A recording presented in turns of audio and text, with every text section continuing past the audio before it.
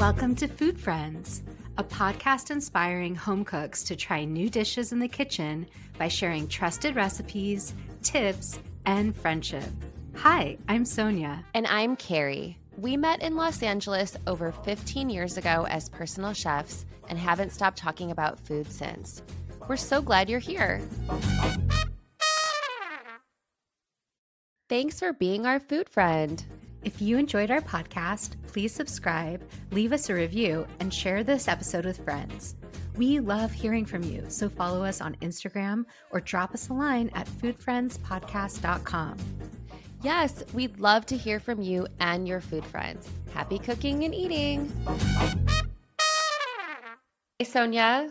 Kari. Sonya, this is our fourth Thanksgiving episode together. And more than anything else, I think this is my favorite question to ask you, which is, what are you cooking for Thanksgiving this year? I cannot wait to get into it because it's going to be an unusual year. But first, I just want to say this is one of my favorite episodes of the year, too. I love Thanksgiving. It's one of my favorite holidays. I know it's one of your favorite holidays. And last year, we compiled our essential Thanksgiving recipes. I keep going back to that list over and over. So what we're going to do is re-release that episode on Thursday. That's where you're going to find our trusted recipes for things like mashed potatoes and gravy, how we make our turkey, and much more. But today, we're going to go over what we're really making this year, as well as some helpful ways to approach a meatless Thanksgiving, and also what to cook throughout Thanksgiving week. So we're really trying to cover all elements of Thanksgiving time. Yeah, because I think it's one of the biggest questions that home cooks face. Sonya, I think what's really helpful about that episode is that you and I agree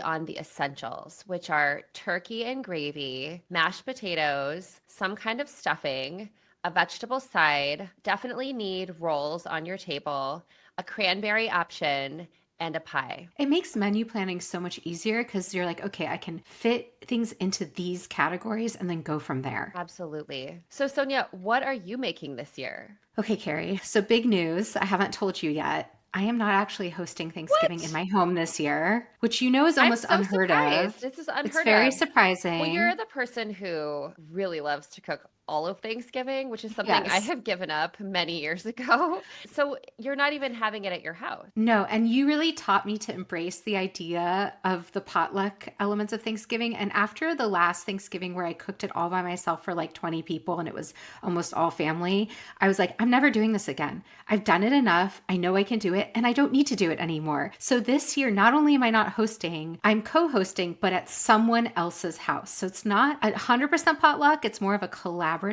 effort. My friend Amanda, her mom has this really huge space for hosting in her home. And so her mom is actually hosting all of us.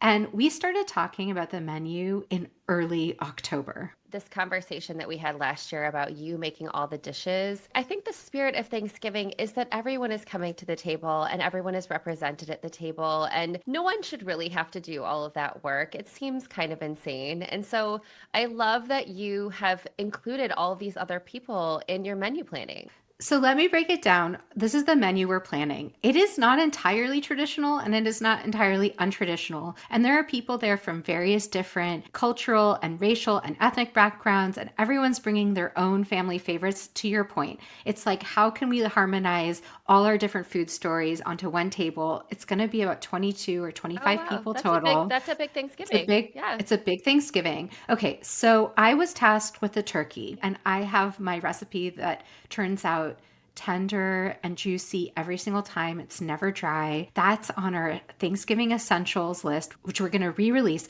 We're also going to send out a Substack this week on Wednesday that includes every recipe from every one of our Thanksgiving shows. So make sure to subscribe. It's at foodfriendspodcast.substack.com. You can also find the link in our show notes. Okay, so I'm making my turkey foolproof. Amanda and her mom are making a baked ham, which made me think of you. Yeah, absolutely. There was often ham on my Thanksgiving table when I was growing up as well. They're like, it's not Thanksgiving without ham. Of course, I don't eat ham, so I'm happy for them to make it. I was tasked with the gravy because I'm making the turkey. That makes sense. Her mom is going to make her famous baked beans. Old school New England style baked beans. Like sweet baked beans. like Yeah. sweet baked beans. And I Wow. found a great recipe that's similar to what she makes. And it's from Rancho Gordo, who has those great heirloom beans. So they have a recipe on their site that's for a Vermont style baked beans. And Amanda's family is from Connecticut. And this is a very similar style. And I've never had baked beans at Thanksgiving. Have Never. you? No, I've never had baked beans at Thanksgiving. But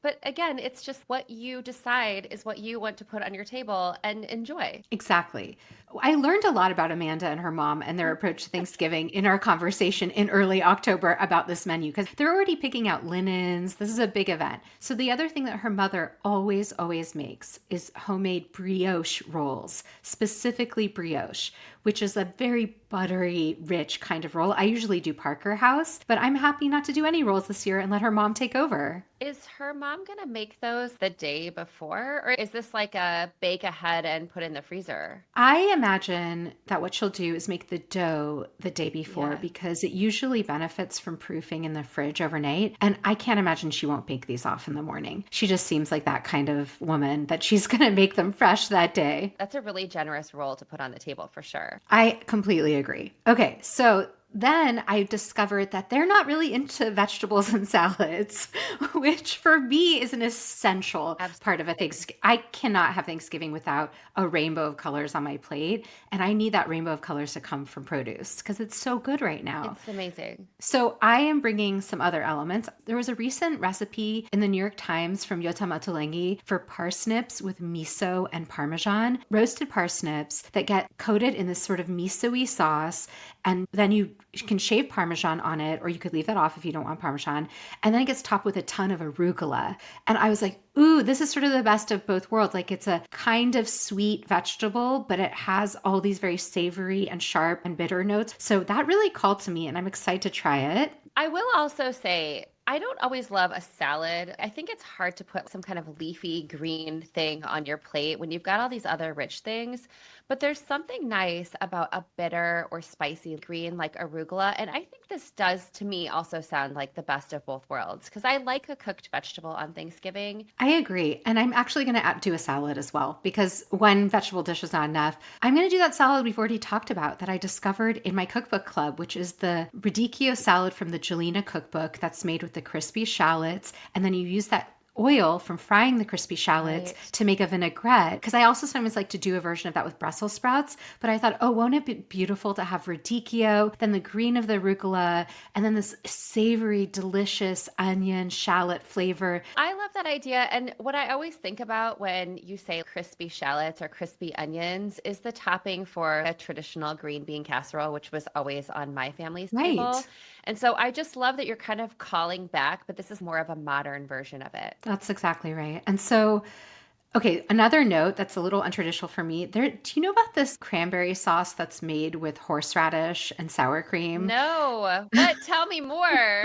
So Amanda and her mom were telling me how Amanda's partner Nick, he has to make this every single year, and they're both disgusted and horrified by it. But I have to say, so many people have told me about this recipe. It was highlighted on NPR. I think it was in other publications, and people swear by it. And it's a mixture of basically cranberry sauce, horseradish, sour cream. It's like a creamy cranberry sauce. He's going to make that. I'm going to Well, make aren't you my curious though? Don't you want to taste it? I'm going to for sure taste Okay. it. Yeah. I Yeah. have to know since I've never made it. I'm going to definitely bring some kind of cranberry sauce, like one of the ones from our essentials list. And then for dessert, so Nick's parents, I think they're from the South. I know they're bringing either sweet potato pie or a pumpkin pie. Oh, yeah. And that's their tradition, which I think is lovely. And then someone else is also bringing either a pumpkin or sweet potato pie. And I was like, okay, I want to go in a totally different direction. And I remembered there is this incredible recipe from the AOC cookbook, which was written by Suzanne Goen, who has a couple different restaurants in LA. One of them is Luke, one of them is AOC. I think her cookbooks are phenomenal. This recipe is for a roasted apple and pear crumble with cranberry compote. It is the fanciest crumble I've ever made. And what I like about it is it makes a big batch for a big group. Yeah.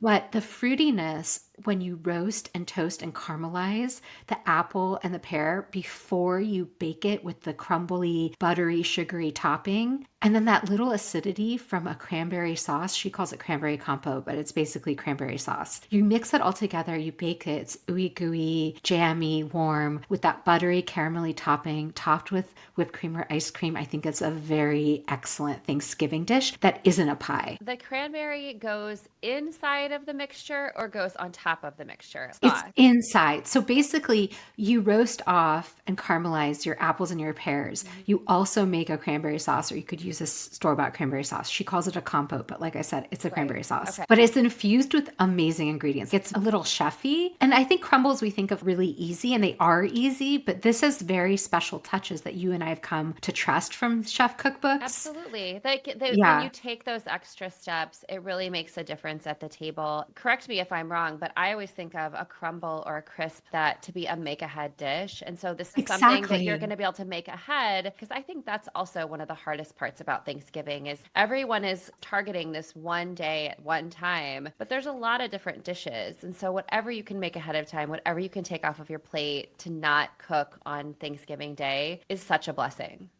This will definitely make days in advance. Yeah. You could roast off your fruit and make your cranberry sauce days, 3, 4, 5 days ahead of time, and then just assemble everything and pop it in the oven the day of. You could even assemble everything and pop it in your fridge or your freezer ahead of time. Making things ahead of time is really the key to Thanksgiving success. Absolutely, absolutely. So, Carrie, I'm really curious what you're doing this year for Thanksgiving. Well, Sonia, I am attending a Thanksgiving potluck, which is something that my family often does. But one of the things that is different this year is that I'm actually hosting at my house all week. So I'll have 3 additional guests at my house. There will be 6 of us. What I am thinking about is more of the plan of the entire week because we'll have some family dinners at our house.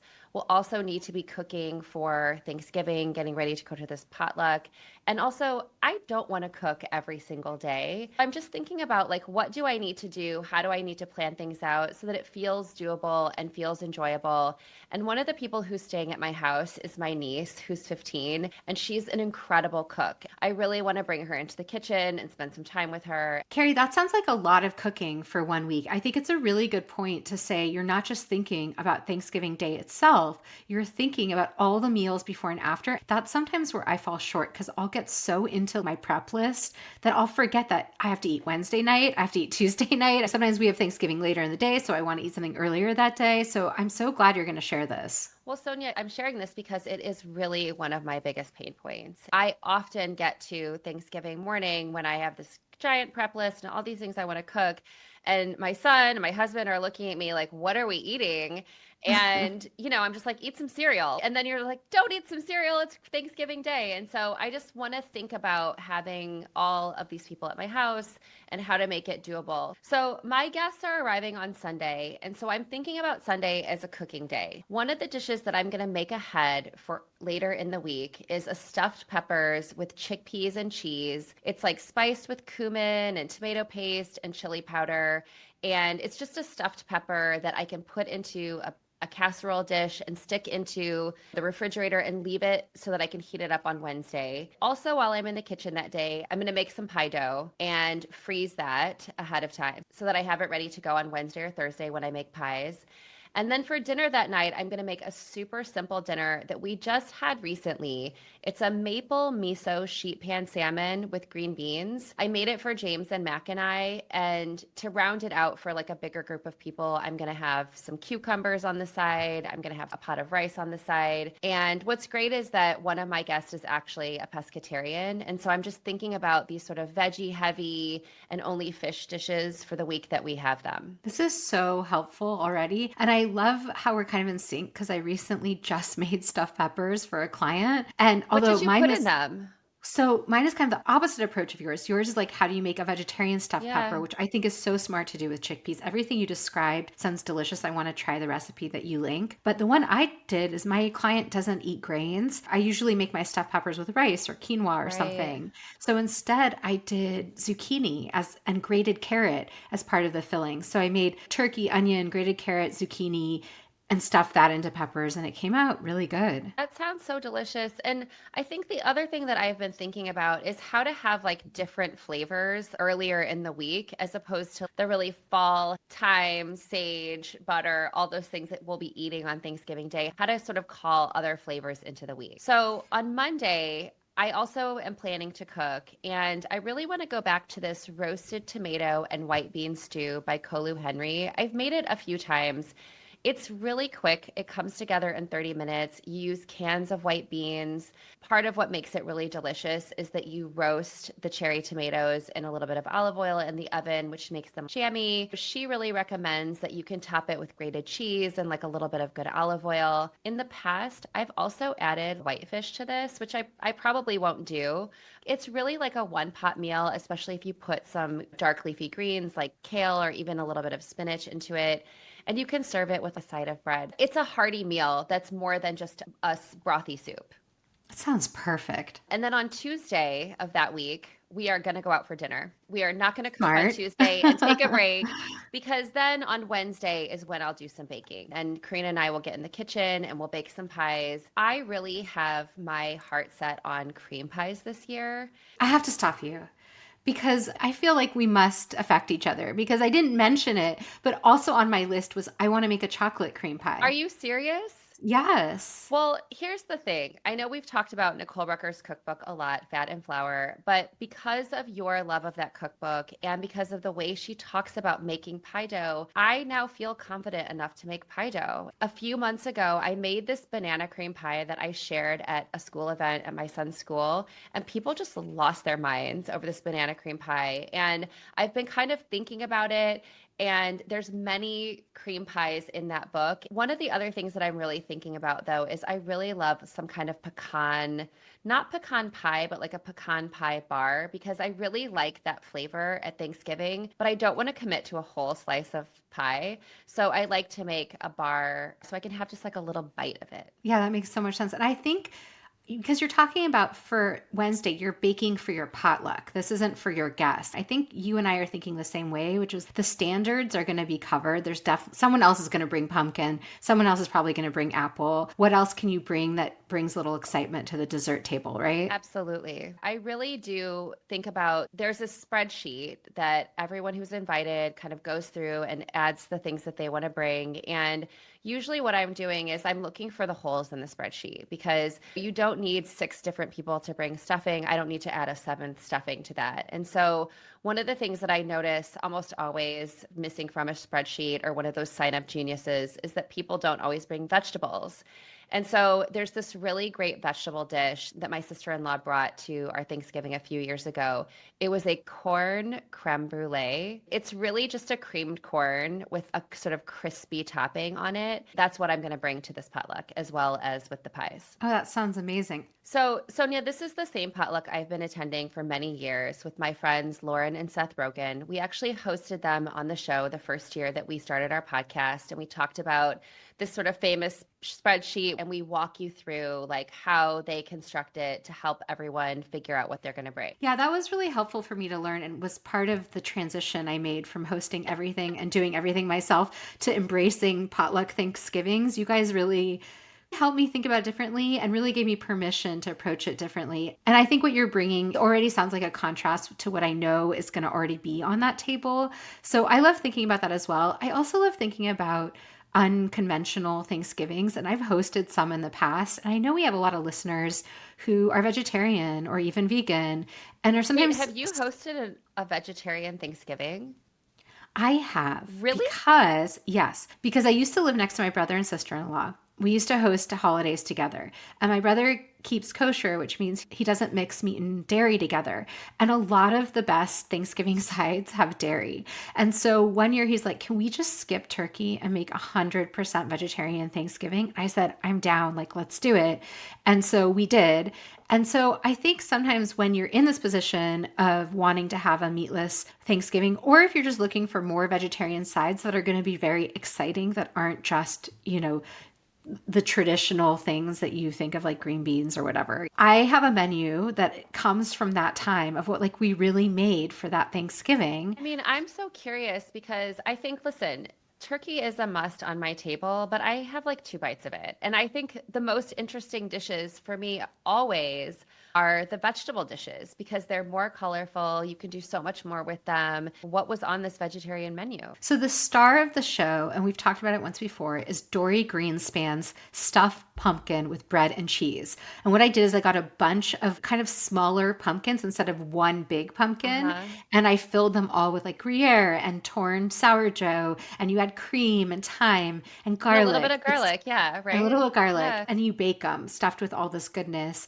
And then you serve, I had different little pumpkins all across the table that people could scoop into. That's And it was outrageous. so festive. Oh I my feel like gosh. when I've done meatless Thanksgivings, I'm not trying to have a fake turkey. I embrace that if that's what you love. Right. I really am thinking like how do we not miss meat with dishes that are so exciting on their own? So the other thing I did is a wild mushroom gravy. I feel like mushrooms make an amazing gravy. And then instead of traditional mashed potatoes, which by the way would be perfect for a meatless Thanksgiving, I love to do a root vegetable mash, as you know. I love your root So vegetable mash so much. It's so flavorful. it's really flavorful. You make it with olive oil, any combination of root vegetables. I'm going to link a recipe that's really similar to what I do. That goes great with the mushroom gravy too, because the root vegetable has more of those vegetable notes than just the Right, buttery mashed right. potatoes. And then I think this is a place for a great skillet mac and cheese or any kind of baked mac and cheese because it's so rich. It elicits all those comforting vibes that you want at Thanksgiving. There is always a giant mac and cheese on our Thanksgiving table, and it is one of the first things to go. Even though it's something that people can have access to all the time, there's just something so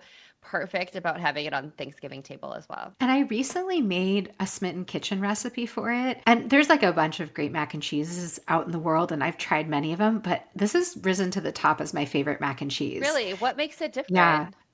I don't think it's that it's so wildly different, but I think in any recipe, it's about the ratios. It's a very heavy amount of sauce. And also, in addition to adding cheese to your white sauce, to your bechamel sauce, Yeah. you also layer shredded cheese into the dish itself. I think that's a thing we've learned is helpful for, you're not like Yeah. like trying to calorie cut here. No, This no, is no, not about no. cutting quarters. This is very decadent. And then I think the cheeses she suggests, Comté or Gruyere, in combination with a cheddar, in combination with a ton of Parmesan. It's a very salty, rich, creamy, nutty. And I made it for a teenager. I made it for one of my clients. And she was like, this is a million out of 10. She rates everything. She was like, a million out of I 10. love I can that. eat this any day. When you're talking about a mac and cheese, when you're mixing all those cheeses, listen, I love a mashed potato, just buttery, Yes. buttery mashed potatoes with lots of cream in them. There's nothing better. But what's great about your root vegetable mash is that when you're mixing all those vegetables and all those herbs, there's just so much flavor. And so what you're talking about with all these different cheeses really resonates as well. It's like if you just have a cheddar mac and cheese, it's very one note. But if you've got some of these Parmesan notes and Gruyere notes and cheddar notes, it's really delicious.